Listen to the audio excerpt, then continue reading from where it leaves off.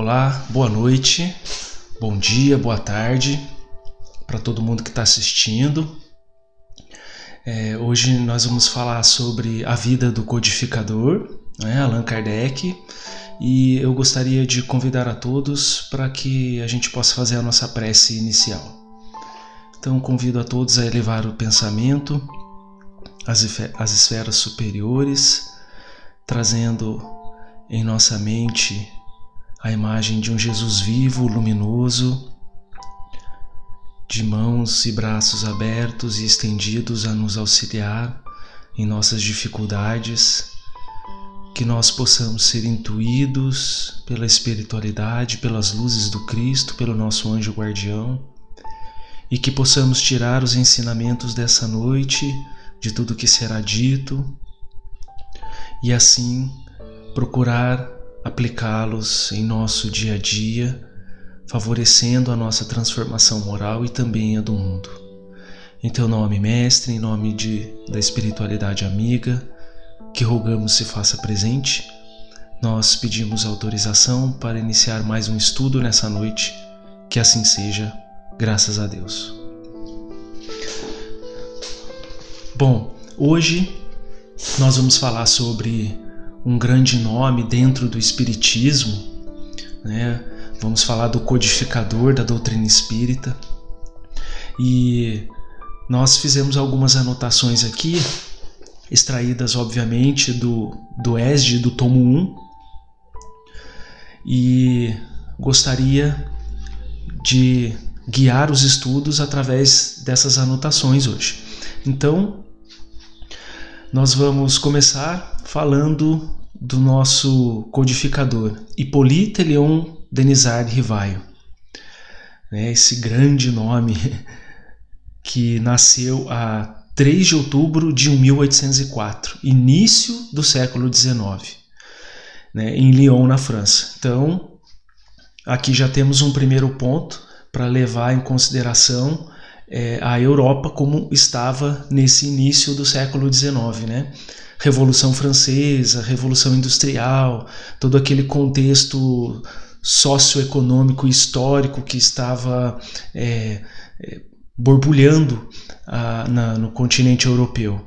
Então, em meio a algumas contundências, em meio a esse grande fervor da cultura de transformações sociais, é que nasce o codificador do Espiritismo. Ele veio de família de magistratura, que atuava também na advocacia, e o Hippolyte, o Kardec, não se enveredou por esse meio. Então, desde muito jovem, ele já se mostrava interessado pelas ciências e pela filosofia. Segundo alguns biógrafos de Kardec, ele ficou órfão muito cedo de pai. Numa das pesquisas que nós fomos atrás, está descrito que o pai de Kardec ele sumiu durante as guerras napoleônicas, e dizem que, segundo a biógrafa que falou, não se teve notícias, sobre o desaparecimento do pai de Kardec. E o pai era o Jean-Baptiste Antoine Rivaio, que era um magistrado íntegro, conforme descreve também o livro do ESG. E aí a sua mãe, Jeanne Louise Duhamel, o matriculou na escola do grande pedagogo Pestalozzi em 1814, aos 10 anos de idade. E lá ele estudou com Pestalozzi, absorvendo todo o conhecimento que, segundo o meu entendimento, uma opinião particular, o ajudou a construir toda a racionalidade e toda a estrutura do Espiritismo. E isso ocorreu em Yverdon, na Suíça, a escola de onde era o Pestalozzi. E Pestalozzi, abrindo um parêntese aqui, é interessante nós observarmos também um pouco da formação e do contexto de Pestalozzi, porque isso obviamente vai influenciar muito na vida do Hippolyte, que futuramente passou a se chamar Kardec. E isso vai ter uma influência muito grande na vida de Kardec, e é interessante abrirmos esse parêntese. Então, o Pestalozzi era de família protestante, estudou filosofia, direito e teologia, foi um grande jornalista e escritor, e foi no Instituto de Yverdon que ele descobriu-se como educador, a sua paixão por educar, Então lá ele se descobriu um grande educador. E Rousseau teve uma influência muito decisiva na vida e na formação de Pestalozzi, através dos livros Emílio e do Contrato Social, onde o Rousseau vai falar sobre educação e sobre no Emílio, e no Contrato Social ele vai falar da formação da sociedade de um modo geral ali.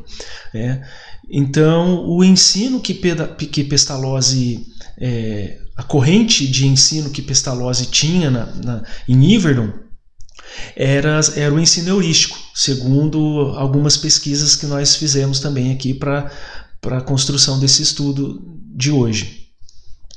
O que é o ensino heurístico, segundo a biógrafa lá de Kardec? É onde o aluno é conduzido a descobrir por si mesmo, tanto quanto possível por seu esforço pessoal, as coisas que estão ao alcance de sua inteligência, ao invés de serem ministradas por aquele meio dogmaticamente falando pelo método catequético.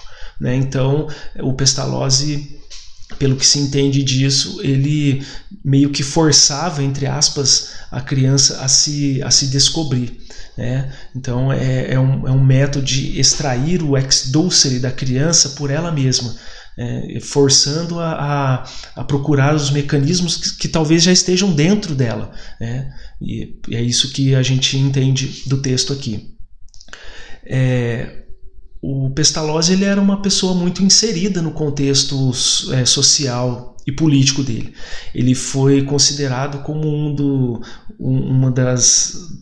dos intelectuais da Revolução Francesa, Era amigo de grandes filósofos da época, de Goethe, por exemplo, E todo esse contexto de formação do Pestalozzi vai recair com um sobrepeso enorme na formação do menino Hippolyte. Essa ida do Hippolyte para Yverdon, na Suíça, marca de uma maneira muito forte a vida dele, e posteriormente a de Kardec, já como codificador do Espiritismo. A educação que Pestalozzi dava para suas crianças era no sentido de formar pessoas que se preocupassem com a precisão das palavras. Então, o Pestalozzi não queria adultos, crianças, adolescentes, adultos já formados que apenas fossem papagaios, que repetissem palavras, contextos e tal.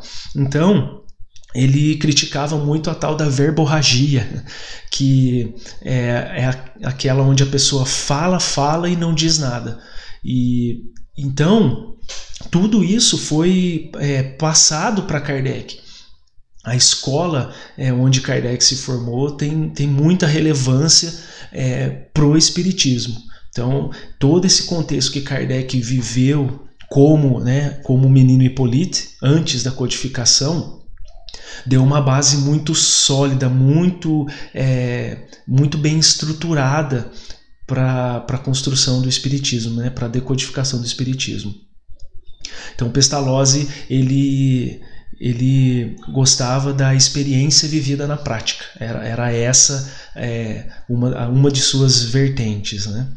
Então, Kardec vai se preocupar muito com essa precisão do conceito das palavras. Nós podemos perceber isso já na introdução de O Livro dos Espíritos, onde Kardec vai e cria palavras para que não haja ambiguidade. Ele explica conceitos de algumas palavras, como por exemplo de alma, na visão do Espiritismo. A própria palavra Espiritismo foi criada por Kardec, perispírito foi criada por Kardec.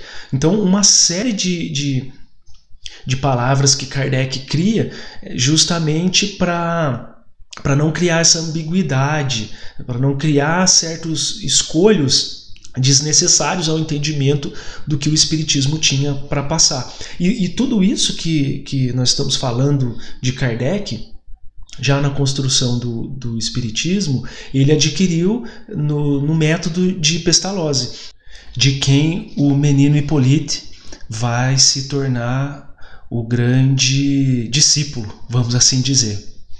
Kardec adota os métodos de Pestalozzi na construção do Espiritismo. Então, dando prosseguimento, assim, ainda dentro das capacidades cognitivas do ser humano Hippolyte, do cético Hippolyte, nós temos ainda algumas considerações a fazer. Por exemplo, ele falava fluentemente 6 idiomas, inglês, alemão, holandês, italiano, espanhol e francês. Era professor de várias matérias, isso é muito incrível. Ele dava aula de química, de matemática, de astronomia, física, fisiologia, retórica, anatomia comparada e francês. Então, nós percebemos que para a construção, a codificação do Espiritismo, que não é assim uma ciência, uma filosofia com implicação religiosa, não guarda esses aspectos, o Espiritismo, sendo uma doutrina, vamos assim dizer, muito simplória. Tem as suas especificidades, tem as suas dificuldades, dificuldade de compreender os textos, requer muito estudo, muita dedicação. Então, creio eu que não poderia vir senão através de uma pessoa muito bem instruída. É importante a gente levar em consideração o fato de que dessa vida acadêmica de Kardec, do professor Rivaio, deu aulas, como nós falamos agora há pouquinho, de várias matérias. Além do que, ele causou deu início, pelo menos, a uma certa revolução no método de ensino da escola pública da França. Escreveu vários livros na área de matemática, da química, da astronomia, aplicando tudo aquilo que ele aprendeu na escola de Pestalozzi em Yverdon.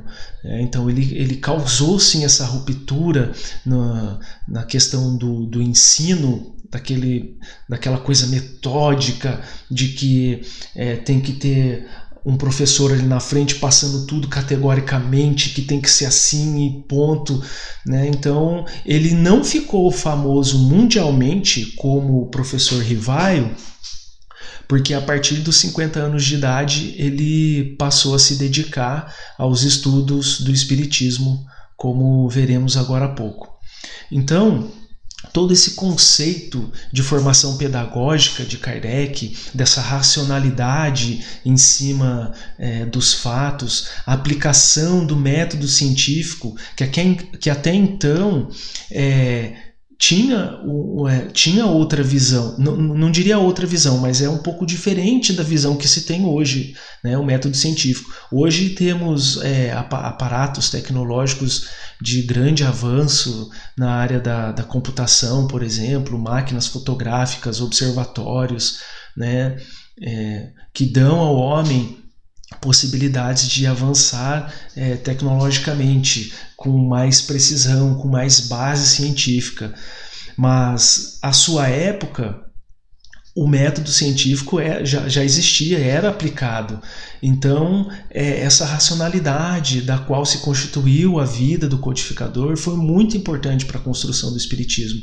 Porque, vejam bem, estamos falando de algo que, assim, vamos colocar entre aspas, é abstrato, está no mundo das ideias. Ora, você não vê espírito, você não a grande massa dos encarnados na Terra não vê perispírito. Temos algumas percepções, alguns aspectos que surgem no decorrer do dia que a gente acha que vem do nada, como uma pequena ansiedade, aquela pequena angústia, né? São coisas que a psicologia ainda não explica, ou explica de uma maneira muito assim material.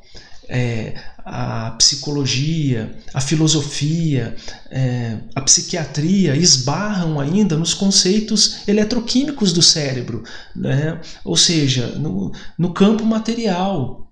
Então, para muitos cientistas, muitos céticos, o fato de não ver denota a não existência. O bom filósofo, o bom questionador não descarta hipótese alguma.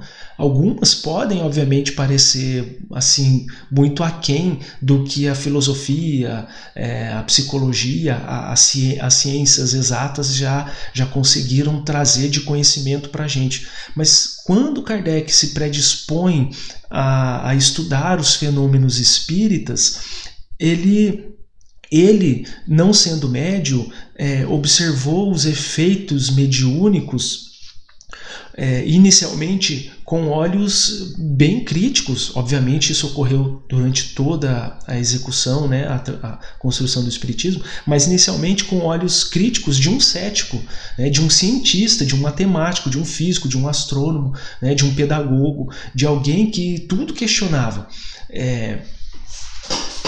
Isso foi fundamental para a construção do espiritismo. Na minha humilde opinião, precisava de alguém com essas características para se dar embasamento a uma construção muito mais pautada em aspectos psíquicos, nos quais é muito complicado você estabelecer um estudo de base concreta, nos quais você pode pegar aparatos e medir. Entendem o que eu estou tentando dizer? São construções racionais e textuais. Assim, o médium, ele tem a percepção do espírito, alguns conseguem ver a materialização, mas e quem não tem tudo isso? Outro fato importante foi justamente esse, o fato de Kardec ter essa criticidade na observação dos fenômenos, de início não ter uma religião definida e ser cético. Tudo isso ajudou a estruturar, porque aí isso o motivou a ir a fundo mesmo nas pesquisas a respeito da construção do espiritismo mediante a observação dos fenômenos mediúnicos. Então, quando você pega o Livro dos Espíritos para ler, por exemplo, você vê construções racionais muito bem estruturadas. E há quem diga que Kardec foi um lunático, alguém que queria derrubar o sistema, enfim, já ouvi cada coisa a respeito. E aí você pergunta para a pessoa o seguinte: mas você já leu Kardec? Ou você ouve a opinião de terceiros que tem preconceito com outros tipos de religião? A pessoa fala: não li. E um ponto muito crucial no livro, se não me falha a memória, no livro que é Espiritismo. E o título do livro não é uma pergunta, tá, pessoal? O título do livro é uma afirmação: o que é Espiritismo? Ele está dizendo o que é o Espiritismo através dele mesmo, é Kardec por Kardec. E nesse livro ele dialoga com 3 personagens lá, se não me falha a memória, um padre, um cético, né? E o terceiro que me fugiu a memória agora, mas para um deles é que faz muito tempo que eu li, então fica difícil guardar lá. Mas enfim, em um deles Kardec fala que para você detratar um pensamento tão longo, tão extenso, como por exemplo do Espiritismo, você precisa conhecer a fundo aquele pensamento. Você tem que mergulhar nas origens daquele que escreveu, entender o pensamento de sua época e fazer essa imersão mesmo, com olhos como a antropologia coloca. Você penetra numa sociedade na qual você vai estudá-la e se mantém afastado, mantém uma certa distância para você não se tornar parte daquilo e de repente passar a escrever sobre aquilo com a visão a partir daquilo mesmo. Então, os conceitos antropológicos são esses. A etnografia, quando um antropólogo vai construir, ele faz isso. Ele se afasta da sua sociedade, se isola na sociedade na qual ele vai estudar, mas dentro daquela sociedade ele se mantém um pouco distante para não correr o risco de absorver tanto aquela sociedade dentro de si e passar a escrever por ela mesma. E aí ele vai incorrer em erros que de fora ele não incorreria. Entende? Então Kardec ele estabelece isso. Olha, você quer detratar o Espiritismo, tudo bem, mas você precisa conhecer. Você tem que ler todo o livro do Espírito, todo o livro dos Espíritos, entender o funcionamento do mecanismo mediúnico, saber como que se deram as comunicações e observar ao método científico ao qual eu, no caso Kardec, eu expus o que me veio em forma de comunicação. Então, não é errado, qualquer um pode detratar o Espiritismo. Kardec mesmo coloca isso, que se surgisse uma doutrina mais racional, que explicasse e deixasse o Espiritismo cair, permitisse com que, ou melhor dizendo, fizesse com que o Espiritismo caísse por terra, vamos assim dizer, Kardec abriria a mão, não tem problema nenhum. Agora, qual é a base que sustenta a fala dele com tanta convicção assim? É justamente a racionalidade. Kardec, como o Camille Flammarion fala, é o bom senso encarnado. Então Kardec dialoga abertamente com esses detratores do Espiritismo e não buscando convencê-los de nada, sem fazer proselitismo. Kardec explica os pontos os pontos do Espiritismo e as suas bases, aquilo que deu base para o estudo. Tá? Nós vamos comentar um pouquinho sobre a missão do então Hippolyte Lyon, agora adentrando esse universo da pessoa Allan Kardec. E é um fato notório que é importante nós observarmos que o primeiro contato de Kardec com os fenômenos mediúnicos ocorre basicamente 50 anos depois do seu nascimento, por volta de 1854, que é onde ele vai ter contato através do Sr. Fortier, um amigo já de longa data, em que ele tinha muito conhecimento sobre a questão do magnetismo. E fato notório e interessante é que a construção do Espiritismo se dá em basicamente 15 anos, de 12 a 15 anos. Porque aí Kardec já vai morrer, já vai desencarnar nos idos dos anos de 1860 e alguma coisa, E ele desde o seu primeiro contato até o seu desencarne, ocorre aí num período de 15 anos. Então, se nós observarmos o curto espaço de tempo, com a quantidade de informação e de escritos que Kardec trouxe, é uma coisa que é de um espírito de uma envergadura um tanto quanto maior do que a nossa.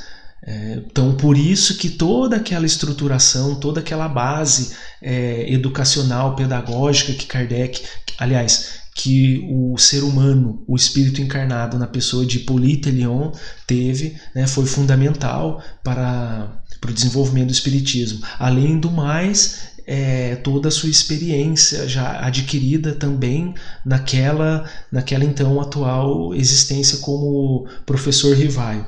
Então, em 1854, ele encontra com o Sr. Fortier, ao qual o convida para assistir ou para observar um fenômeno muito diferente que estava ocorrendo, que é o fenômeno das mesas girantes.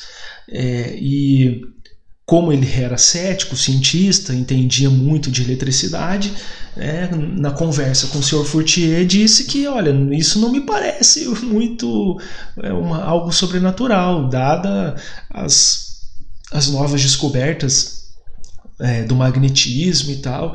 E então ele, após muita insistência do amigo, ele foi,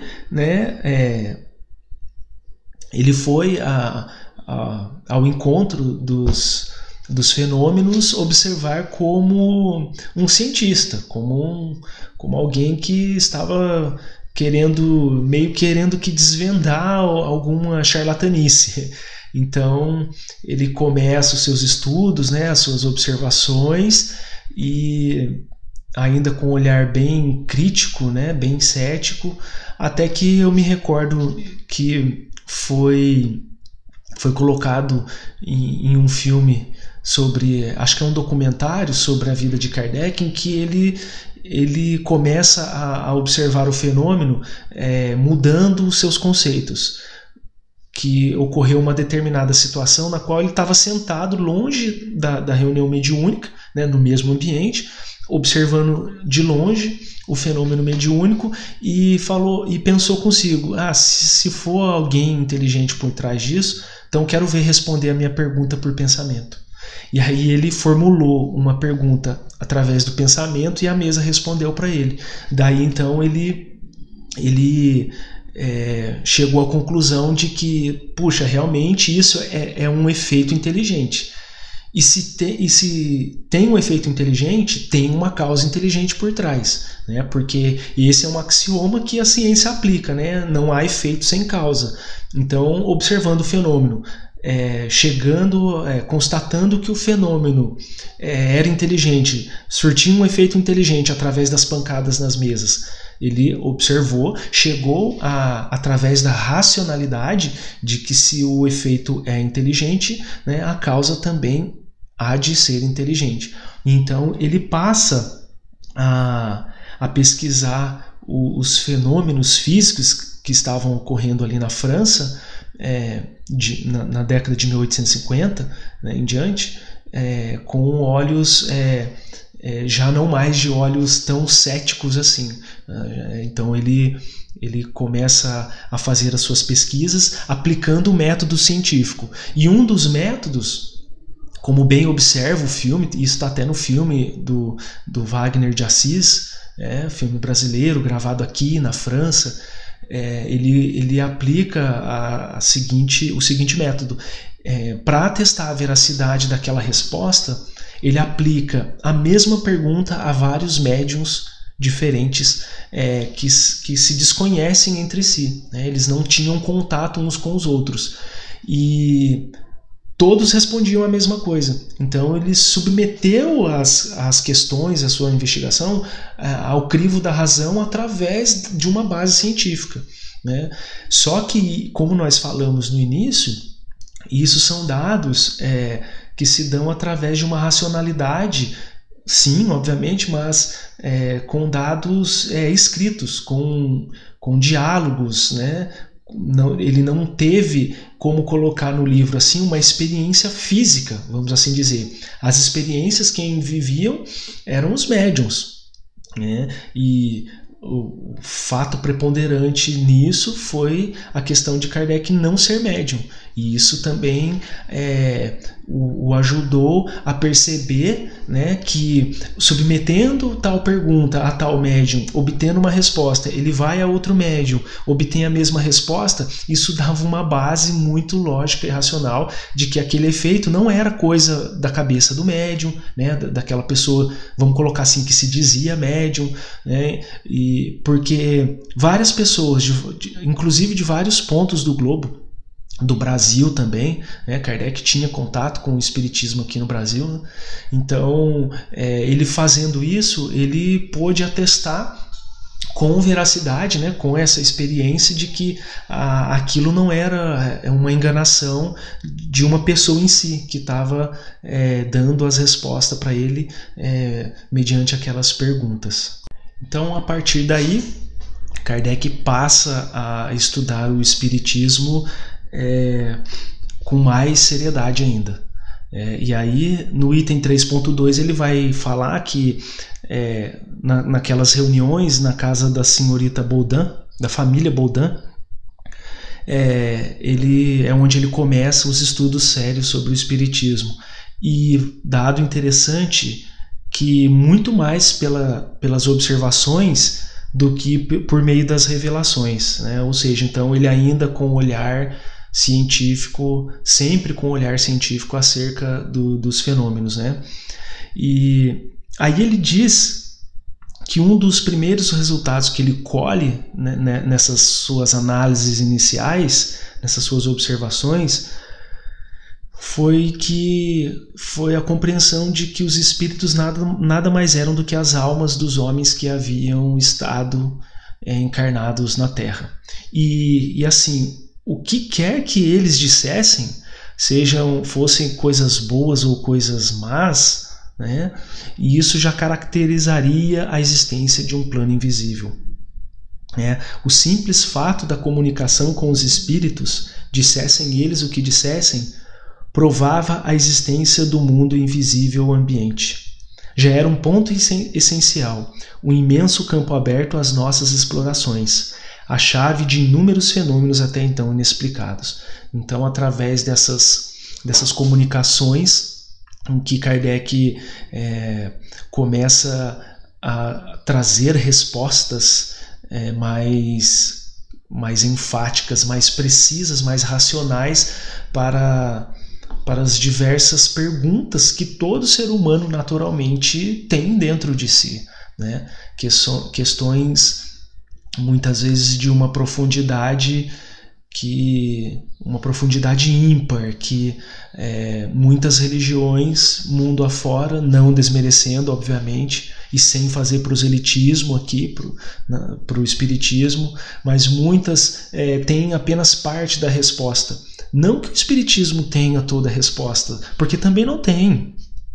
Nós não vamos nos arrogar aqui da posição de superiores, nada disso. Além do mais, além de toda essa base pedagógica de Kardec, né, aprendido lá em Pestalozzi e tal, Kardec era uma pessoa muito humilde com relação a isso, né? De fato, o filósofo, a pessoa que é aberta ao diálogo, à compreensão, que pratica a filosofia no seu cerne, ela tem a humildade como um dos pontos basilares do seu percorrer, do seu perfazer social, né? Do seu perfazer de pesquisas. Então, a gente tem que se despir de todo e qualquer preconceito quando dá a oportunidade de fazer uma pesquisa. Então, o olhar pedagógico, científico, racional de Kardec o coloca assim a um patamar intelectual muito mais elevado do que a média dos encarnados, mas nem por isso ele se arroga na prepotência de ser o único, o que tem a resposta para tudo, né? A gente sabe que o espiritismo é uma doutrina com essa implicação religiosa, mas que é, acima de tudo, progressista. O Kardec ele vai publicar o Livro dos Espíritos alguns anos antes da publicação do livro da Teoria das Espécies de Charles Darwin. Então Kardec já falava da evolução das espécies, lógico que numa outra linguagem. A Darwin usou a linguagem puramente científica, na questão da biologia e tal. Kardec ele aprofunda a questão da evolução material do ser, mas levando em consideração o próprio ser, estabelecendo e explicando desde pontos básicos para chegar, caminhando, galgando degrau por degrau, até chegar num patamar em que se depara com o ser consciente, que somos nós. Então nós percorremos um caminho não apenas material, para chegar na evolução que nós estamos hoje, mas é um caminho também espiritual, que ele fala da criação do princípio inteligente, que habita os reinos primários da natureza, o reino mineral, depois o vegetal, o animal e por fim o hominal. Isso num processo de evolução, né? Então o espiritismo é evolucionista não apenas no aspecto material, mas principalmente na questão intelectual e moral, né? As coisas, a prova disso somos nós mesmos, né? A própria sociedade, assim, mundo afora, as várias sociedades, as várias culturas que nós temos mundo afora. A escravidão era lei, né? A gente atestava que a escravidão era lei, que podia escravizar, que o negro era inferior e etc. e tudo aquilo, né? E isso tinha lei que autorizava você a ter um escravo, a comercializar seres humanos, né?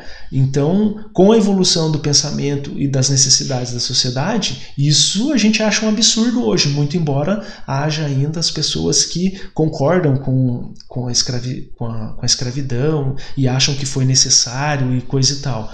Mas, enfim, é um sinal de que o pensamento, o ser em si se desenvolve. Então Kardec levou em consideração não apenas a questão biológica como Darwin leva, né? O Kardec levou em consideração o aspecto que constitui o ser, e esse também evolui, tanto é que consegue plasmar corpos cada vez mais complexos à medida em que se depura nas questões morais e intelectuais, até chegar a um ponto, né, em que vai atingir um patamar de perfeição moral, e sendo assim, a necessidade desse corpo denso ao qual nós estamos mentalmente ligados já não será tão necessário mais, né? A constituição orgânica dos corpos será outra. Então, o que nós estamos tentando dizer? Que o espiritismo vai ser superado também, né? Esse salto, eu diria, enorme na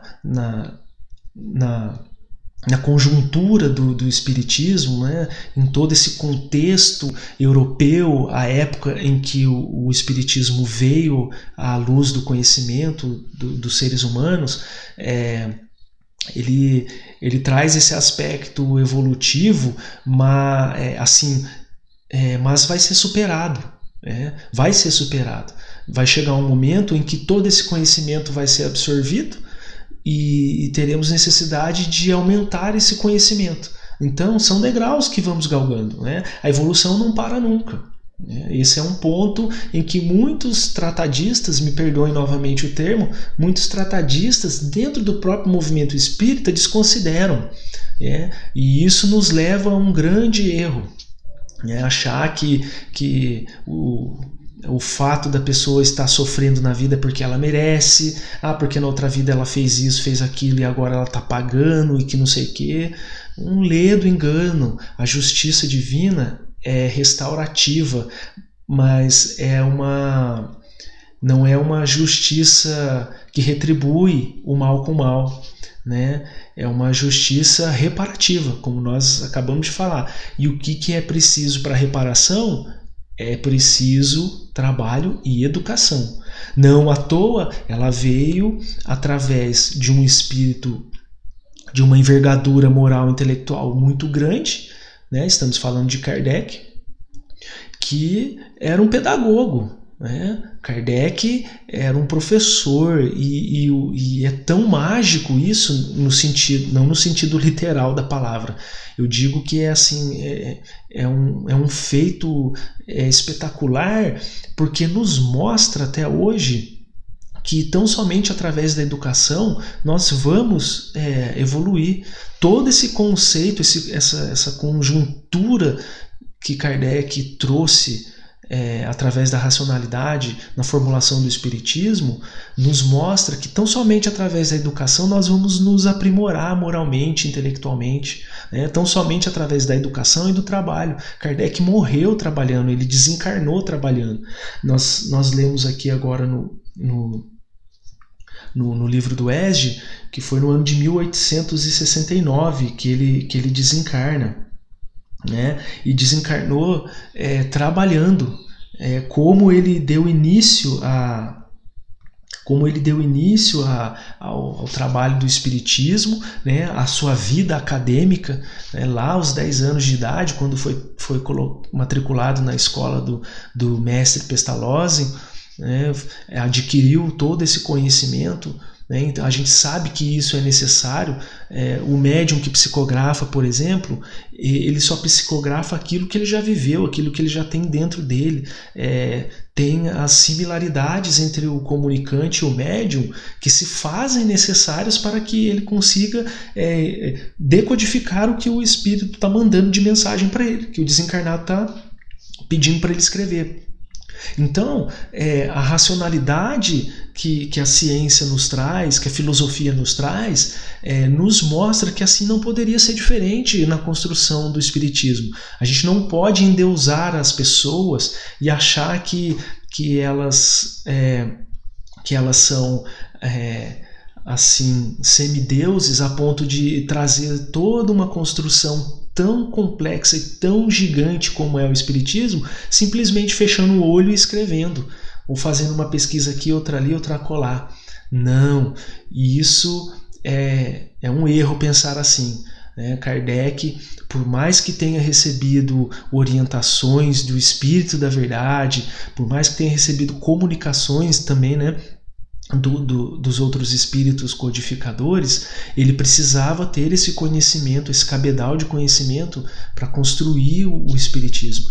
Então, nós percebemos dentro de todo esse conceito que, além das pesquisas que ele desenvolveu através da mediunidade das pessoas, né, da pleiade de espíritos encarnados que o auxiliaram nesse processo, a gente percebe que ele precisava ter desenvolvido todo esse conhecimento desde Pestalozzi, né, até as suas aulas na escola que ele fundou na França, né, tentando revolucionar ali o método de ensino na França e tal, para que ele pudesse estruturar o espiritismo de maneira muito bem colocada, partindo de um ponto mais fácil, até um ponto mais difícil, mais complexo, né? Então, o espiritismo tem pedagogia, sim, e a gente pode se utilizar dessa pedagogia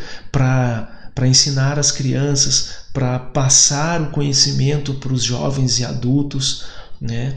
Se apoiando nessa base educacional, nessa base pedagógica, né? É um engano a gente achar que poderia ser diferente, não é, né? Então, fica aqui as nossas reflexões na noite de hoje sobre esse grande educador, pedagogo, professor de várias matérias, que tem uma formação gigante diante do cenário terrestre, e também do cenário espiritual, um espírito de uma alta envergadura, né, que se esmerou com tanto esforço na decodificação do espiritismo. Então, fica aqui essas reflexões e eu convido a todos a fazer a nossa prece de encerramento. Obrigado, divino amigo, pelas elucidações da noite de hoje, que nós possamos absorver o conhecimento, levar para o nosso dia a dia, praticá-lo, nos esmerando através do nosso esforço próprio, do esforço coletivo, do trabalho, da educação, da pedagogia para a transformação do mundo. Que o nosso anjo guardião esteja conosco, sempre nos intuindo a darmos o nosso melhor. Obrigado, Mestre. Obrigado aos benfeitores. Em teu nome, nós pedimos licença para encerrar mais um estudo na noite de hoje. Que assim seja, graças a Deus.